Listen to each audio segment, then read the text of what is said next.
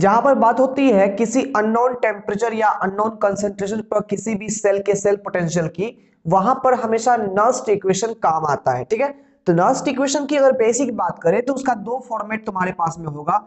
अगर हमारे पास में यहाँ जनरल की बात करें तो ई सेल हम लोग पढ़ा करते हैं कितना, यहां पर पढ़ते हैं E naught cell minus R T by N F into L N Q पढ़ते हैं। क्यू मीन्स क्या, ये है रिएक्शन कोसेंट है, इक्विलिब्रियम कांस्टेंट जैसा होता है। राइट साइड में जितना भी है कंसंट्रेशन ले लो, उसका प्रोडक्ट ले लो, बट लेफ्ट साइड के कंसंट्रेशन का प्रोडक्ट कर दो। ठीक है ना। आप लोगों को पता ही होगा कि सॉलिड का कंसंट्रेशन हम लोग इग्नोर करते हैं, यहाँ पर सॉलिड कंसंट्रेशन को इग्नोर कर देते हैं, केवल लिक्विड यानी केवल एक्वस या गैस का ही कंसंट्रेशन को हम लोग यहाँ पर वैल्यू पुट आउट करते हैं।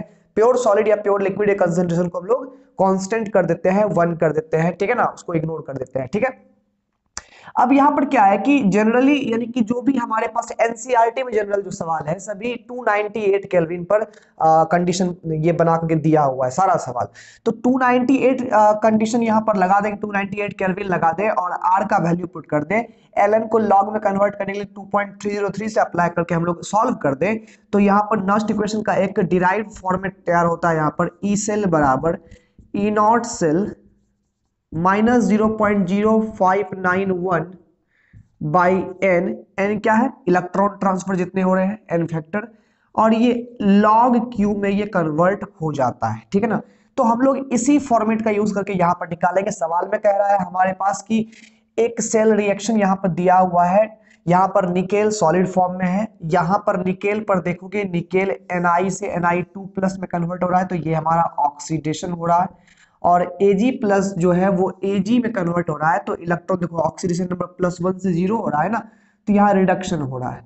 रिडक्शन हुआ तो ये हमारा कैथोड हाफ बनेगा, ये हमारा एनोड हाफ बनेगा। अब यहाँ पर क्या है, हम लोग को बोल रहा है यहाँ पर क्या निकालने के लिए, ई सेल बोल रहा है, तो ई सेल क्या हो जाएगा भाई, ई नॉट सेल दिया हुआ है, ई नॉट सेल आपके सवाल में। ठीक है ना, माइनस 0.059 ले लेते हैं, चलो 1 भी ले लिए, बाय यहां पर एन ले लेते हैं इनटू लॉग।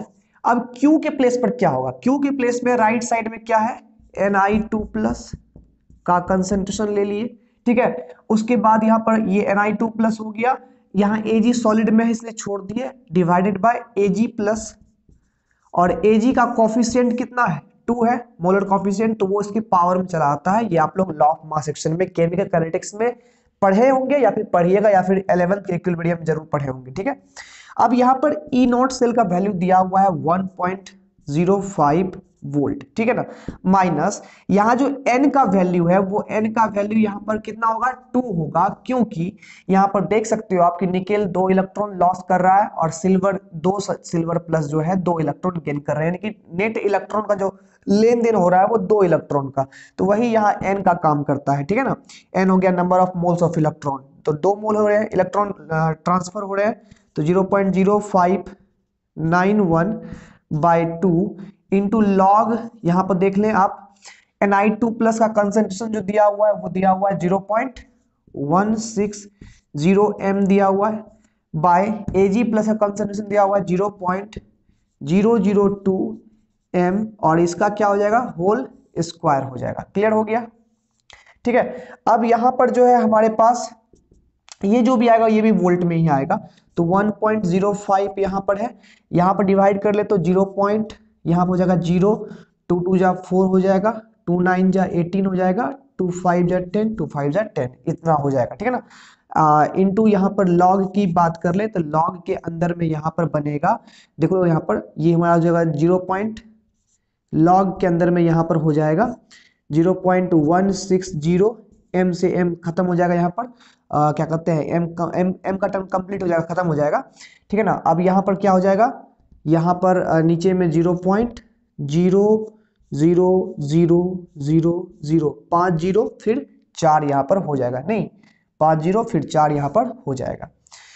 तो ये हमारा हो गया, सॉर्ट आउट कर दिए। यहाँ पर क्या होने वाला है, ये 0 कोई वैल्यू होगा नहीं यहाँ पर, अब कटाएंगे हम लोग आराम से, तो देखोगे सॉल्व करेंगे यहाँ पर, तो यहाँ पर ये हो जाएगा 1.05 माइनस 0.02955 इंटू लॉग, देख लो यहाँ पर ऊपर में है 16.16 है, नीचे में यहाँ पर है 0.16 हो गया ऊपर में, नीचे में है 4 इंटू इसको लिख सकते हैं 10 टू दी पावर कितना हो जाएगा -6 हो जाएगा, 10 टू दी पावर -6 हो जाएगा, नहीं यहाँ पर 10 टू दी पावर -6 हो गया।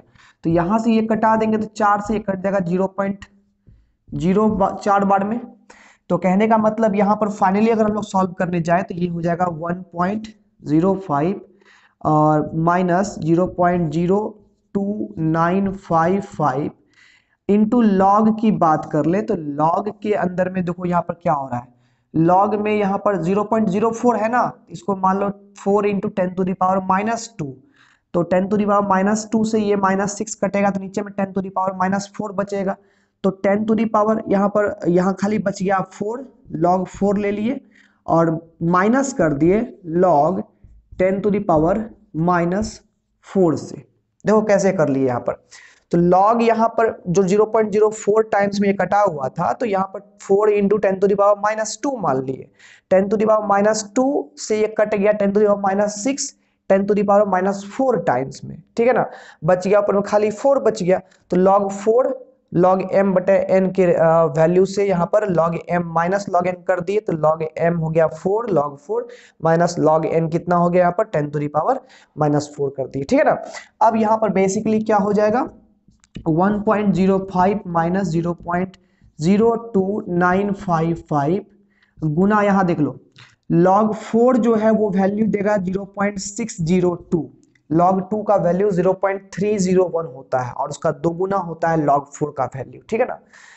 होता नहीं है, मतलब कि log 4 को आप log 2 का स्क्वायर ले सकते हैं तो वो 2 इंटू log 2 बन जाएगा, log 2 का वैल्यू 0.301 पुट करोगे तो 0.602 आ जाएगा, ठीक है।